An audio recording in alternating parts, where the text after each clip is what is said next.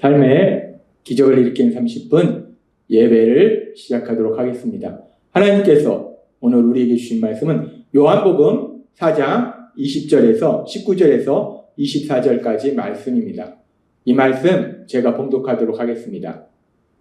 여자가 이르되 주여 내가 보니 선지자로소이다.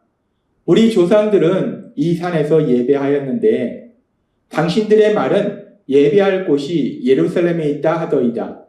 예수께서 이르시되 여자여 내 말을 믿으라. 이 산에서도 말고 예루살렘에서도 말고 너희가 아버지께 예배할 때가 이르리라. 너희는 알지 못하는 것을 예배하고 우리는 아는 것을 예배하노니 이는 구원이 유대인에게서 남이라. 아버지께 참되게 예배하는 자들은 영과 진리로 예배할 때가 오나니 곧 이때라. 아버지께서는 자기에게 이렇게 예배하는 자들을 찾으시느니라. 하나님은 영이시니 예배하는 자가 영과 진리로 예배할지니라. 아멘.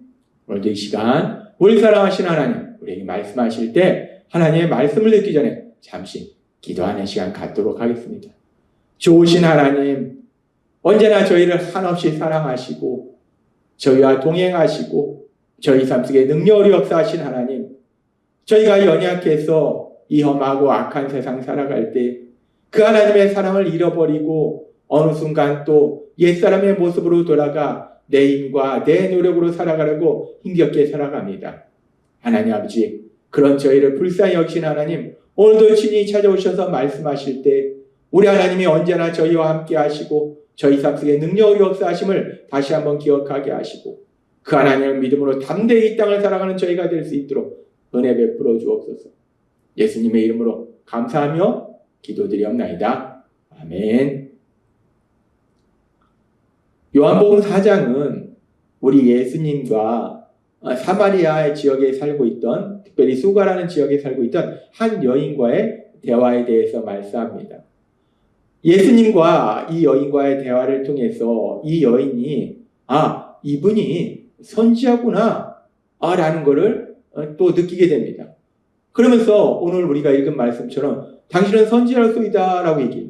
그러니까 예수님과 대화를 나누다 보니까 이분이 보통 사람이 아니라 하나님이 보내신 선지자구나 라고 느끼니까 이 여인이 평소 자신이 가지고 있던 그 궁금한 거에 대해서 예수님께 여쭤봅니다. 요한복음 4장 20절은 이렇게 말씀합니다. 우리 조상들은 이 산에서 예배하였는데 당신들의 말은 예배할 곳이 예루살렘에 있다 하더이다. 지금 이 여인은 이제 예수님께서 하나님 보내신 선지자다라는 것을 느끼게 되면서 자신이 평소에 가장 궁금하게 여겼던 영적인 부분에 대해서 질문하는데 무엇에 대해서 질문하는가? 예배에 대해서 질문하더라고요. 예배에 대해서. 그래서 이 여인은 얘기해요. 우리 조상들은 누구냐면 사마리아에 살고 있는 사람들이에요. 그 사마리아 사람들은 북이스라엘 사람들이었어요. 이 사마리아에 살고 있는 사람들은 이산이라는 어떤 산이냐? 그리심산을 얘기해요. 그리심산에서 예배를 해야 된다라고 우리 조상들은 얘기하는데 당신들은 유대인들, 남유다에 살고 있던 사람들을 의미해요. 유대인들은 예루살렘에서 예배를 해야 된다라고 말씀하는데 그러면 그리심산에서 예배를 하는 것이 맞냐? 예루살렘에서 예배를 하는 것이 맞냐? 어디에서 예배를 드리는 것이 맞냐? 서로 다른 얘기를 하니까 우리 조상은 그리심산에서 예배를 드려야 된다라고 말씀하는데 당신들은 또 예루살렘에서 예배를 드려야 된다라고 얘기하니까 도대체 어디에서 예배를 드리는 게 맞는지 모르겠다라고 예수님께 여쭤봅니다. 왜 이런 상황들이 벌어졌는가? 우리가 알다시피 이스라엘이 북이스라엘과 남유다로 나눠지고 북이스라엘은 기원전 722년 아수르에 의해서 멸망당합니다. 그리고 아수르에 의해서 멸망당했을 때 아수르의 인종 혼합 정책으로 인해서 북이스라엘에 수도였던 사마리아 지역에 이 다른 나라의 사람들이 들어와서 살게 돼요.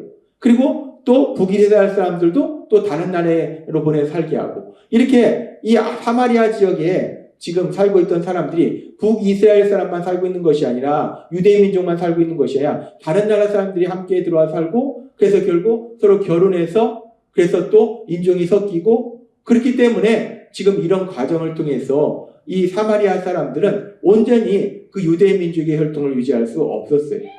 그래서 이제 그 이후에 이제 기원전 586년 이제 남유다도 바벨론에 의해서 멸망당합니다. 그렇게 바벨론에 의해서 멸망당했던 남유다가 이제 시간이 지나서 하나님이 말씀하신 대로 바벨론 포로에서 돌아왔을 때 이 스룹바벨을 중심으로 해서 이 예루살렘의 성전을 재건해요.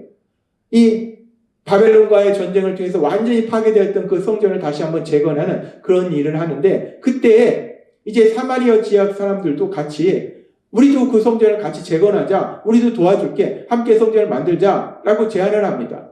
그랬을 때 이 남유다 사람들이 너네는 아수르의 정책에 의해서 이방 민족이 너에게 왔고 그래서 같이 그들과 결혼하고 그래서 이 이스라엘의 전통성을 유지하지 않았기 때문에 너네는 상종하지 않겠다. 우리 혼자서 성전을 만들겠다라고 얘기합니다.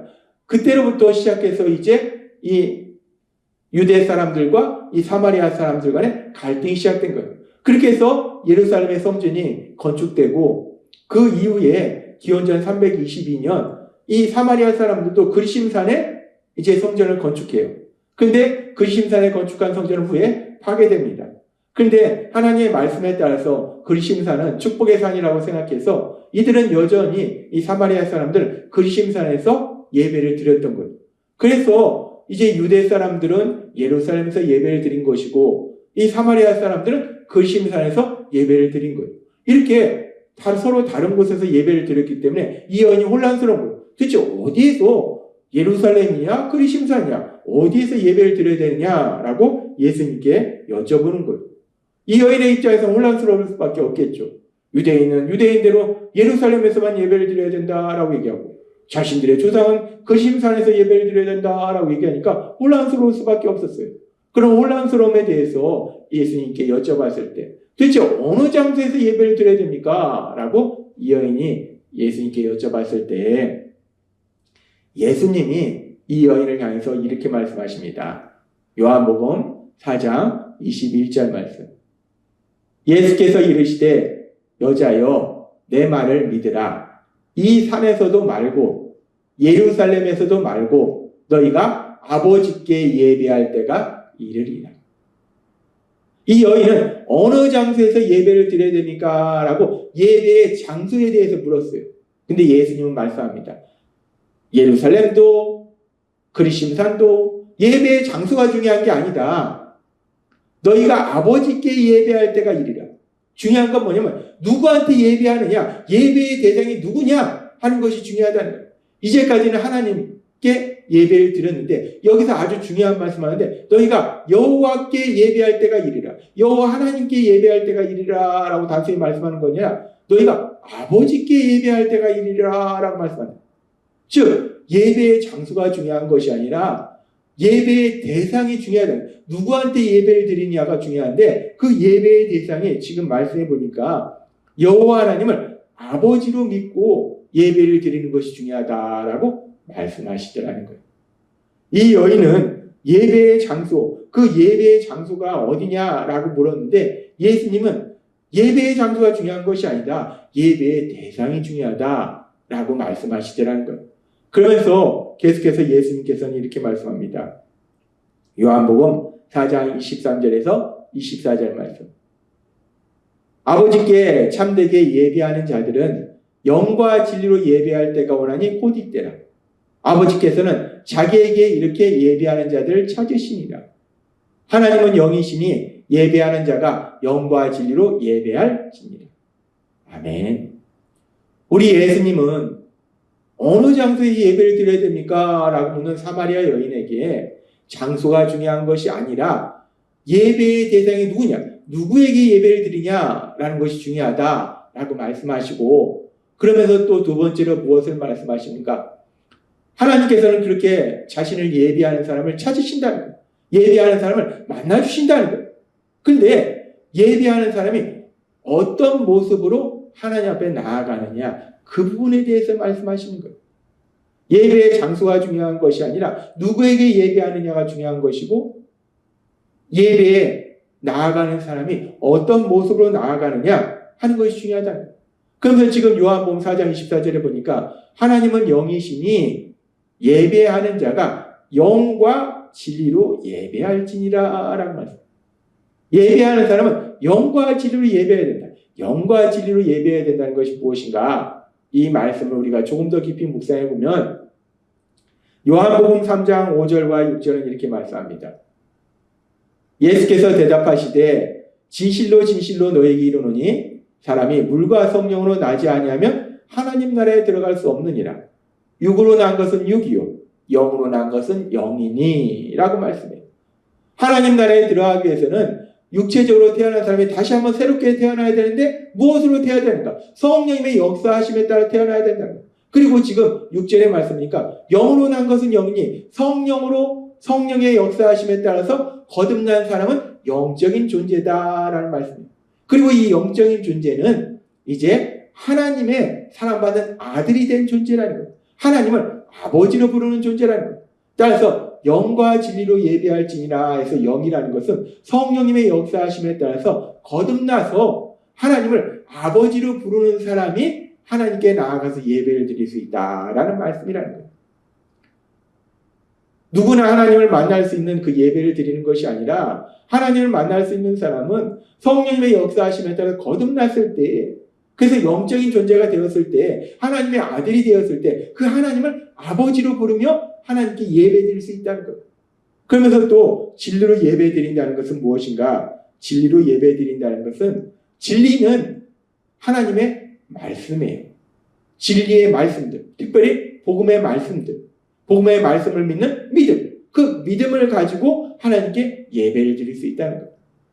예수님은 사마리아 여인과의 대화를 통해서 아주 중요한 영적인 진리를 말씀해 주시는데, 사마리아 여인은 예배를 드리는데 도대체 어느 장소에서 드려야 됩니까? 라는 장소에 대해서 질문했는데, 우리 예수님은 그 예배의 본질에 대해서 말씀하신 거예요.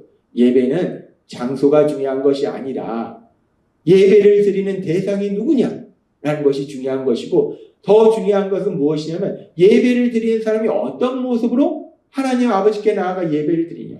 영과 진리로 예배할지니라. 성령님의 거듭나게 하시는 역사하심을 해서 새롭게 태어난 영적인 존재로서 하나님의 아들로서 하나님의 말씀을 믿는 믿음, 그 믿음 안에서 예배를 드리는 것이다 라고 말씀하시더라는 거예요. 오늘 말씀처럼 이제 그렇게 우리가 성령님의 거듭나게 하시는 역사하심을 해서 우리는 영적으로 거듭나고, 그래서 우리는 영적인 존재가 됐다는 거예요. 하나님의 아들이라는 존재가 됐다는 거예요. 그리고 성령의 역사하심에 따라서 우리가 하나님의 말씀, 그 진리를 믿는 믿음 안에 거하도록 만들어주셨다는 거예요. 얼마나 감사합니까? 그래서 하나님은 우리가 영과 진리로 하나님께 예배드릴 수 있도록 만들어주셨다는 거예요. 영과 진리로 하나님께 예배드림을 해서 우리를 사랑하신 하나님, 그 하나님을 만나는 그 놀라운 복을 우리에게 주셨다는 거예요. 그래서 하나님께서 우리에게 주신 말씀처럼 우리가 그렇게 영과 진리로 하나님께 예배함으로 인해서 우리를 사랑하신 하나님, 그 하나님을 만나고 그 하나님의 주신 말씀을 듣고 그 하나님이 하신 그 놀라운 역사들, 그 은혜들을 체험하시는 여러분이 되시길 주님의 이름으로 축원합니다. 기도하겠습니다. 하나님 아버지 감사합니다. 오늘도 주신 말씀처럼 예배란 단순히 장소가 중요한 것이 아니라 영과 진리로 예배할 때 우리 하나님이 예배하는 자를 찾으시고 만나주신다 말씀하시니 감사합니다. 예수님의 이름으로 감사하며 기도드리옵나이다. 아멘. 이 시간도 하나님께서 우리에게 주신 말씀을 묵상하면서 조용히 기도하는 시간 갖도록 하겠습니다.